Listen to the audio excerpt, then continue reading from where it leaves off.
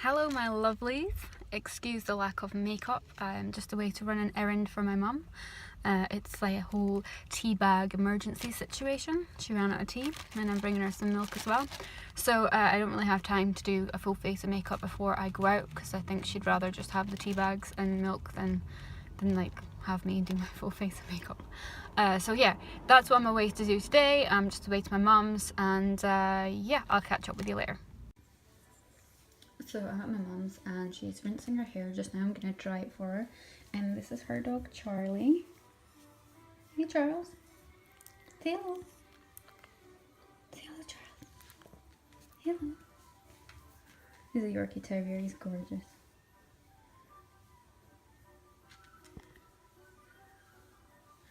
There's Christmas adverts on the TV.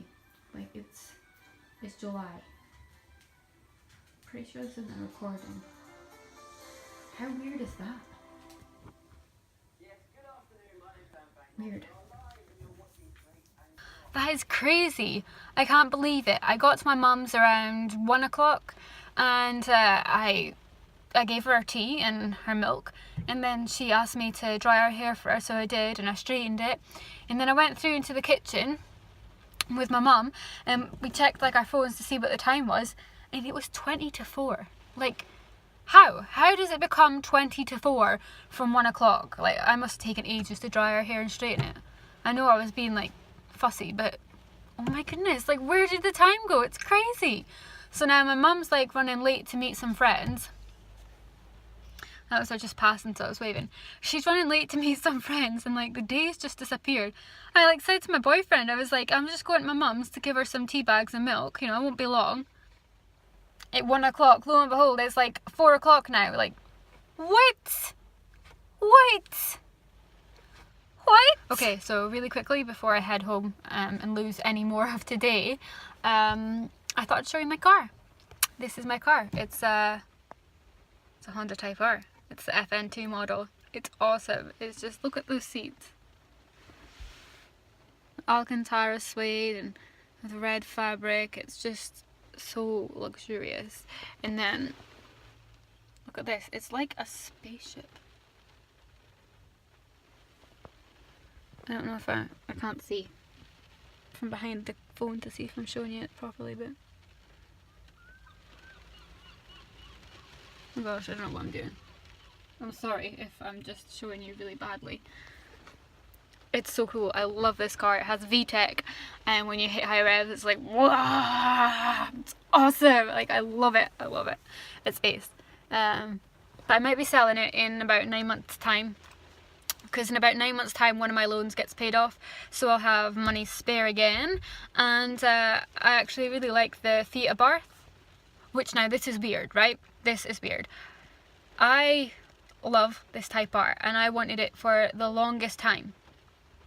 And I waited ages to get it, and then finally I got my Type R, my dream car, and then I was so happy. And I used to think like, well, what if one day you want another car? So I'd try and like go, okay, well, would I get rid of the Type R for this car? And I'd be like, no. And I'd be like, would I get rid of the Type R for this car? And I'd be like, no. And they're all cars that before I really liked, and I still do like them, but I was just like, there's no way I'm getting rid of this Type R. Like, I love this Type R so much. Just no, there was no budging it. Like, married to this car basically, commitment 100%. So my boyfriend and I, excuse me, I had a bubble in my throat. My boyfriend and I went to a car dealership because he was looking for a new car to buy, and we got to the front of the dealership and there was this Fiat Abarth parked there, and my boyfriend's like, oh, you know, what about a Fiat Abarth? Would you want one of those? And I was just like, no, I don't think so. Like, just no. Look at it. It's ridiculous. It's tiny. It's just, no. It's too cute. I don't do cute. Like, I do sporty and I do mean and I do Japanese and I do old school. I don't do cute. So I was like, no. Like, no way. Like, come on. So we left the front of the dealership, and by the time we got to the other side of the dealership, that was it. I was smitten. And I said to him, I was like, actually, I kind of really like that Abarth now.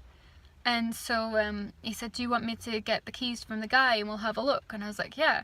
So my boyfriend got the keys from the dealership man. Oh, I don't know, I know his name, like what they're called, I just can't think of it right now. We got the keys from him, and I got to look inside, and I was like, it gets better. It just looks so awesome inside. And but like, one of the things that puts me off getting another car is I really would miss VTEC. Like, I love VTEC. I love it. And if the car doesn't have VTEC, I'm not interested. And here's this tiny 1.4, and like I drive a 2 litre and it's like a 1.4, but it did have a turbo, but I was still like, yeah, okay, fine. And then like the salesman, that's him, he turned like the engine on, and it was like, whoa, whoop, whoop, whoop, whoop, whoop, whoop, whoop, whoop. I was just like, oh my gosh, how can a car this small make this much noise? I love it. Like, if you didn't know it was an Abarth, if you just heard that, you'd probably think it was a V8 or some big muscle car or something really like sporty and fast and big, and it's this tiny, tiny little cute Fiat Abarth. Like, it's madness.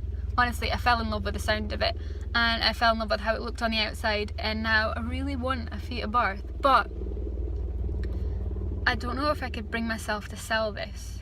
And the other day I was watching TV, and it was like, you know, we buy any car kind of thing, advert that came up, and this guy said that they would buy your car and then they auction it off.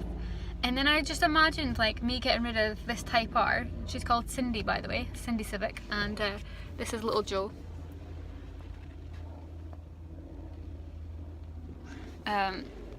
I got a little Joe when I got a Cindy Civic, and we're all like a gang, all three of us, we're just awesome. So I was like, what if, I tried to imagine like me getting the Abarth, and I'm like, okay, well then I'd have to sell Cindy. And so if I sold Cindy, and then somebody took her and just put her to an auction, and I was like, that's a shame. Like, fair enough, I'm going to sell it to somebody that really wants a FN2, like a Type R, then I know she's going to be loved and cared for. But just like sent to an auction like an unwanted thing, just like, oh, we'll just stick it at the auction and somebody will buy it. Just, no. And what if the new owners like aren't nice to her? What if they bad use her and they don't give her lots of love and attention? What if they don't appreciate her? Like, I can't protect her anymore. I have no control over that. And I don't want anybody to hurt Cindy or to be bad to her. What if they just abuse her and... No, like, I really love her. I don't want people to be bad to her. I want her to go to a home where somebody appreciates her and enjoys her and loves her. And really, I can't control that. Once she's in somebody else's ownership, I can't control what happens to her. I can't keep her safe anymore and protected. And yes, I know I sound like a weirdo, but I believe cars have souls. I do, and personalities, and I bond with my cars, and they become my friends, and I don't care if you think I'm a complete nutcase. I really don't, okay? Cars have souls. They are my friends. I love them.